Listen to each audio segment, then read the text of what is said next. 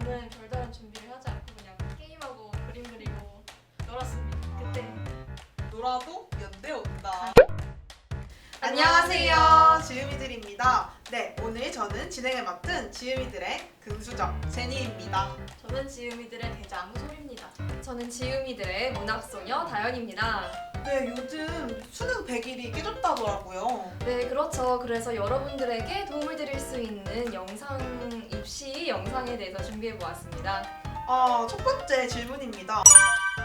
네, 저는 정시 전형으로 들어왔는데요. 그래서 지금 국어국문학과 20학번에 재학 중입니다. 저는 수시고 생기부 종합전형? 그 전형으로 들어왔던 것 같아요. 근데 너무 오래돼가지고 제가 경영 18학번입니다. 네, 두 번째 질문입니다.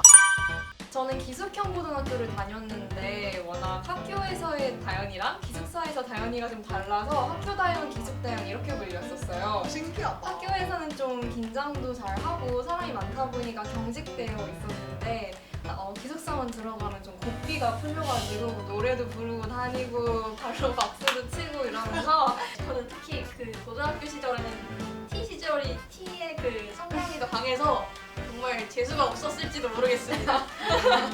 걱정이 됩니다. 이번 세 번째 질문인데 이 질문 조금 많은 분들이 궁금해하실 수도 있고 조금은 여러분이 좀 예민할 수도 있는 질문인데 일단 저는 정시 전형으로 들어와서 수능 성적에 대해서 알려드리자면 제가 국수, 영은 다 1위 떴고 사회문화하고 생활과 윤리로 사탐을 선택을 했어요. 그런데 이제 생활과 윤리에서 무려 3등급이나 받아버린 거예요. 근데 연세대학교가 사탐 중에 한 과목을 외국어로 대체해서 들어올 수 있어요. 근데 제가 다행히도 아랍어를 공부를 했는데 아랍어를 1등급을 받아서 다행이다. 생활과 윤리를 아랍어로 대체하여 이제 연세대학교에 들어올 수 있게 되었어요. 네. 저는 3학년 1학기까지 1.04 그렇게 받았던 것 같고요. 수능은 국영수, 한지, 세지 이렇게 갔는데 11121 받았습니다. 사실 이 영상의 핵심인 것 같아요. 네, 그러면 수능 때 어떻게 공부했는지부터 말씀을 드릴 텐데요. 아무래도 수능은 당일에 모든 당락이 결정이 되기 때문에 좀 같은 생의 바이오리듬을 잡히는 게 굉장히 중요해요. 그래서 수능 그 스케줄에 맞춰서 공부를 많이 하려고 했는데요.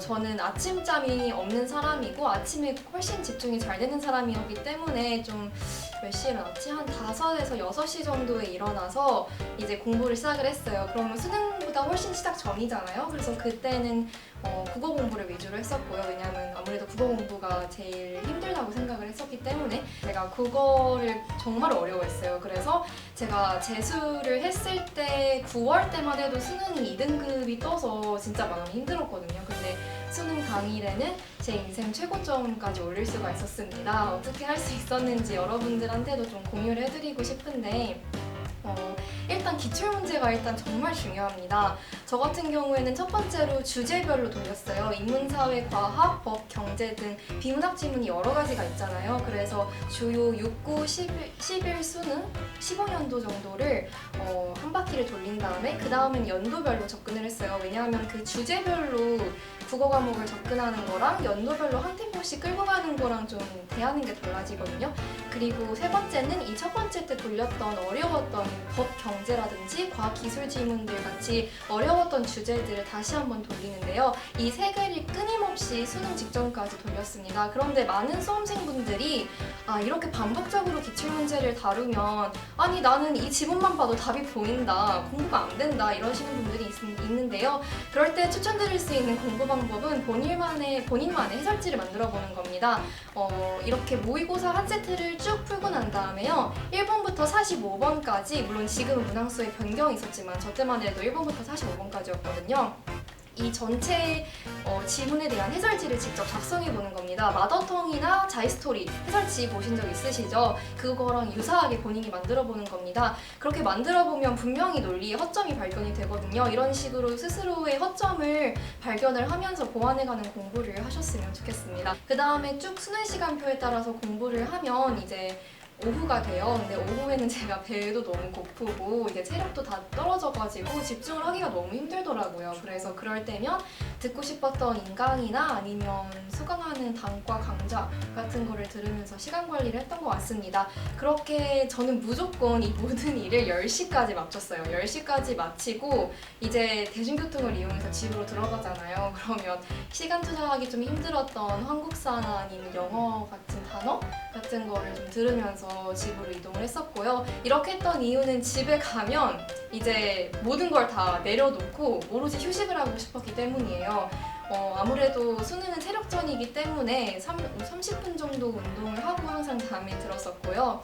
그리고 이제 일주일 루틴은 월, 화, 수, 목, 금, 토까지는 스케줄을 항상 다 짜놓는 편이었지만 일요일만큼은 모든 스케줄을 다 비워놨었어요. 왜냐하면 그 한 6일 동안 분명히 하지 못했던 과목이나 공부량이 있을 거기 때문에 그거를 보충하는 시간 혹은 이미 다 루틴을 돌렸다면 그냥 제가 평소에 좋아하는 카페에 가서 좀 음료를 마시거나 아니면 문화생활을 하는 등 휴식을 취했습니다.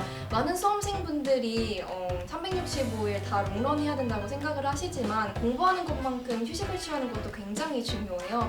왜냐하면 마라톤과 같은 장기전이기 때문에 자기에게 좀 잠시 한 쉼표를 가질 수 있는 시간을 마련을 해주셨으면 좋겠습니다.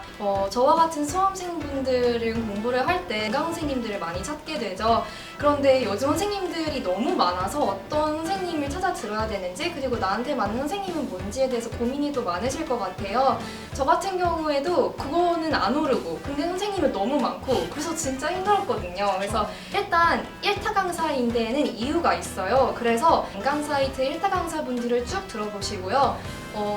좀 병행을 하는 겁니다. 그러려면 시간이 일단 많기는 해야겠죠. 아무래도 9월에서 11월 사이에는 선택과 집중을 해야 됐기 때문에 저한테 가장 잘 맞는 선생님을 한 분 골라서 그분의 현장 강의를 들으며 나눠주시는 자료 그리고 문제집을 좀 많이 채워하려고 노력을 했습니다.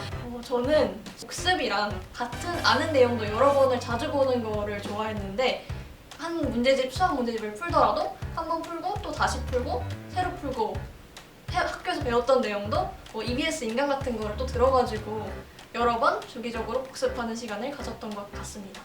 그리고 내신 관리에 관해서는 제가 항상 저에게 공부 관련을 물어보는 친구들에게 얘기를 해줬는데 저는 교과서를 7번씩 외워서 7번씩 읽어서 이게 5번, 6번, 7번쯤 될 때쯤에는 거의 외워지거든요.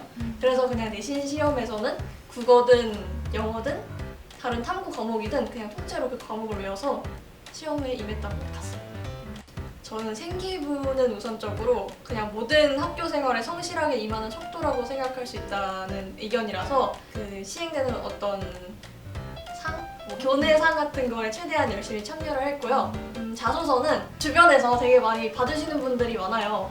주변 선생님들께 자문을 구해도 되고 아니면 그 교육청이나 어떤 다른 기관에 장학사분들이 계셔서 다양한 분들께 첨사를 받고 조언을 구하되 그 여러 사람의 손을 거치면 그게 결국 어떤 말을 하고 싶은 건지 모르게 될 때가 있어요. 그래서 그 부분만큼은 혼자 이 부분에서 나는 어떤 사람이다 라는 거를 어필하고 싶다는 그 지점만 명확하게 가지고 가시면 좋을 듯합니다. 재밌는 일화나 그런 건 아니더라도 그 면접을 봐주시는 분들이 되게 각자의 주관이 또렷하세요. 뚜렷하세요. 그래서 조언을 하실 때도 이런 거는 이렇게 해라, 이럴 때는 저렇게 해라 FM이 있는데 답변을 할 때도 그 답변을 하다가 준비해놓은 질문이 아닐 때 막힐 때가 있잖아요. 갑자기 생각해야 될 때. 그럴 때는 잠시만 생각할 시간을 주시겠습니까? 하고 그 면접관들이 앉은 그 테이블에 모서리를 보면서 시선을 그쪽에 고정시키고 질문을 정리한 다음에 두괄식으로 답해라 이런 식의 조언을 많이 들었던 것 같습니다. 근데 재밌는 일화라 그래서 제가 사실 생각난 일화가 있어요. 제가 현역 당시에 이제 수시와 정시를 병행했다 그랬잖아요. 그래서 연세대학교에 면접을 보러 갔거든요. 저는 정말 시간을 잘 지키는 사람이에요. 잘 지키는 사람인데 이제 그날 당일에 백양유리 스타벅스에 진짜 2시간 정도 일찍 가가지고 엄마랑 같이 샌드위치도 먹고 이제 할 수 있다 이런 긍정적인 얘기를 하면서 대기를 하고 있었어요. 이제 면접 장소로 이동을 해야 되잖아요. 그래서 제가 가는 자만 한 30분에서 40분 전에 자리에서 일어났어요. 그 정도면 충분히 연세대학교 다른 기관에 다른 건물로 이동을 할 수가 있잖아요. 그런데 길을 모르겠는 거예요. 그래서 진짜 여기를 갔는데 여기가 아니고 저기를 갔는데 저기가 아닌 거예요. 근데 그게 한 5분 전까지 제가 건물을 못 찾아가지고 뛰어다니면서 교직원분들한테 혹시 이 건물 어디 있냐고. 그래서 결국에는 돌고 돌다가 이건 안 되겠다. 그냥 택시를 타서 해당 건물로 가야겠다 했어요. 네. 근데 마침 제 눈앞에 제 기적처럼 택시가 하나 딱 도착을 한 거예요. 그래서 아저씨 여기로 가주세요 하는데 아저씨가 여기로 가려면 시간이 적어도 4분은 걸린다는 거예요. 4분이면 저는 면접 장소에 늦는 거잖아요. 그래서 일단 가달라고 해서 그래서 아저씨도 진짜 핸들링을 막 이렇게 하시면서 중간에 베리케이드 쳐져 있는 분들도 경호원분들이 다 열어주시고 해서 진짜 딱 내리고 진짜 뛰어갔어요. 정문을 향해서. 그랬더니 거기 계신 모든 면접관 도우미들이 빨리 오라고 학생 빨리 오라고 이러면서 진짜 제가 마지막으로 딱 들어갔는데 저와 같은 학생이 한 명 더 있는 거예요. 제 뒤에서 바로 잘렸어요. 그래서 제 뒤에 있는 분은 못 들어가고 저는 들어가고 하는 진짜 그런 극적인 순간이. 그래서 저는 그때 택시 운전사를 만난 것도 너무 운명이었고 그래서 이건 붙겠다. 이거는 붙을 무조건이다. 수밖에 없다. 그런데 여러분 이렇게 다시 수능을 보는 상황이 되었습니다. 연대가 너무 크니까 만약에 가실 분들도 지도 같은 거를 미리 보시거나 아니면 주변에 많이 물어보시는 게 중요할 것 같아요. 지금까지 제니, 다연, 그리고 소리였습니다. 구독과 좋아요 알림 설정까지 잊지 마세요.